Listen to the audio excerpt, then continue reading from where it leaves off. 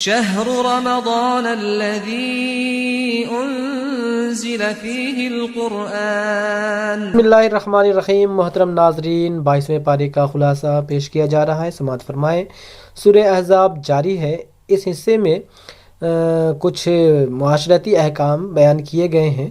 Number 1، منہ بولا بیٹا، یعنی جسے منہ بولا بیٹا مطلب پکار کر اسے بیٹا بناتے ہیں، اگر اپنی بیوی سے حاجت پوری کرنے کے بعد اسے طلاق دے دے تو اس کے منہ بولے باپ کے لیے جائز ہے کہ وہ اسے نکاح کر لے، جیسا کہ اللہ کے رسول صلی اللہ علیہ وسلم نے حضرت زید بن حارثہ رضی اللہ تعالی عنہ کی مطلقہ یعنی حضرت زینب سے نکاح کیا تھا۔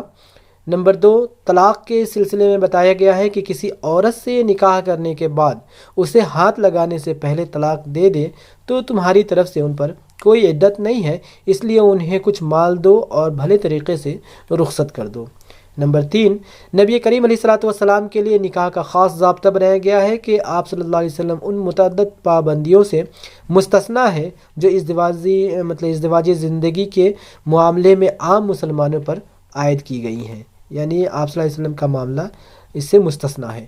نمبر 4، نبی کریم علیہ الصلوۃ والسلام کے گھروں میں غیر مردوں کے آنے جانے پر پابندی، ملاقات اور دعوت کا ضابطہ بتایا گیا ہے کہ بلایا جائے تو جاؤ اور کھانا کھا کر وہاں سے رخصت ہو جاؤ، ادھر ادھر کی باتوں میں لگ کر نبی صلی اللہ علیہ وسلم کو تکلیف نہ پہنچاؤ۔ ازواج مطہرات کے گھروں میں صرف قریبی رشتہ داروں کو آنے کی اجازت دی گئی اور کہا گیا کہ غیر مردوں کو کوئی چیز ان سے مانگنی ہو تو پردے کے پیچھے سے مانگے۔ ازواج مطہرات کے بارے میں یہ اعلان کیا گیا ہے کہ وہ مسلمانوں کے لیے ماؤں کی طرح حرام ہیں۔ نمبر 5، نبی کریم علیہ الصلوۃ والسلام کی بیویوں اور بیٹیوں کے ساتھ مسلمان عورتوں کو بھی حکم دیا گیا ہے کہ وہ جب گھروں سے باہر نکلیں تو پھر چادروں سے اپنے آپ کو ڈھانک کر اور گھونگھٹ ڈال کر نکلیں۔ سورہ سبا کا آغاز ہوتا ہے۔ اس سورہ میں کفار کے ان اعتراضات کا جواب دیا گیا ہے جو نبی کریم علیہ الصلوۃ والسلام کی دعوت توحید اور آخرت پر کر رہے تھے، یعنی توحید پر اور آخرت پر جو ان کے اعتراضات تھے ان اعتراضات کا گویا جواب دیا گیا ہے، اور خود آپ صلی اللہ علیہ وسلم کی نبوت پر بیہودہ الزامات لگا رہے تھے تو اس کا بھی جواب دیا گیا ہے۔ اس سلسلے میں حضرت داؤد علیہ السلام اور حضرت سلیمان اور ان کے بالمقابل ملکہ سبا کی قوم کے واقعات بیان کیے گئے ہیں۔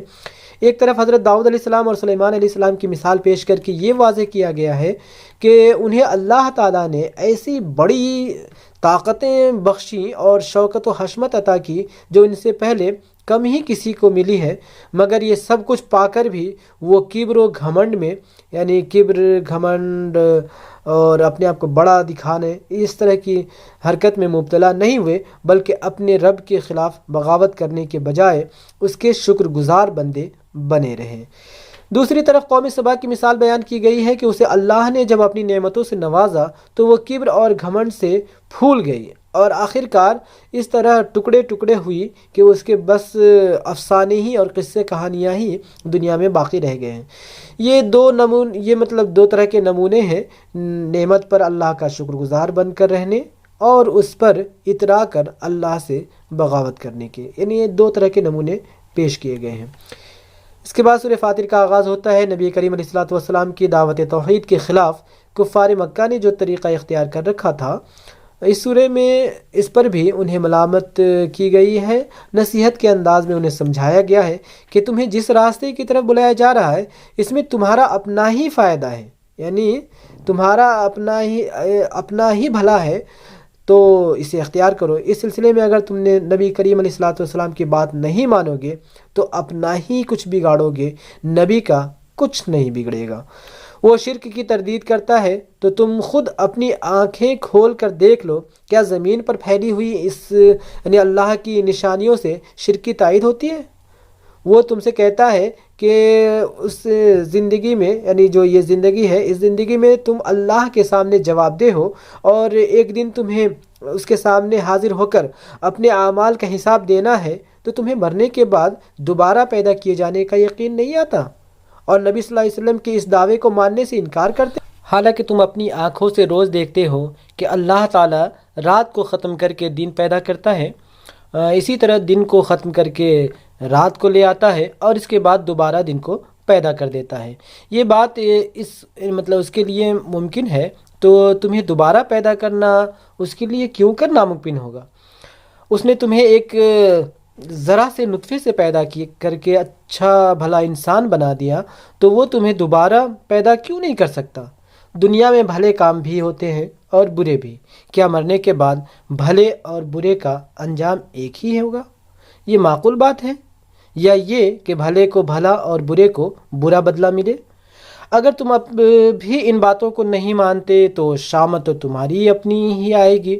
نبی کی ذمہ داری تو صرف سمجھانے کی ہے، اور اس نے وہ ذمہ داری ادا کر دی ہے۔ نبی کریم علیہ الصلوۃ والسلام کو بھی تسلی دی گئی ہے کہ کفار کے اس رویے پر غمگین نہ ہوں اور نہ انہیں ہر حال میں سیدھے راستے پر لانے کی فکر میں اپنی جان گھلائیں۔ ان لوگوں پر توجہ دیں اور جو آپ کی بات سنتے ہیں، گویا ان لوگوں پر اپنی توجہ مرکوز رکھیں۔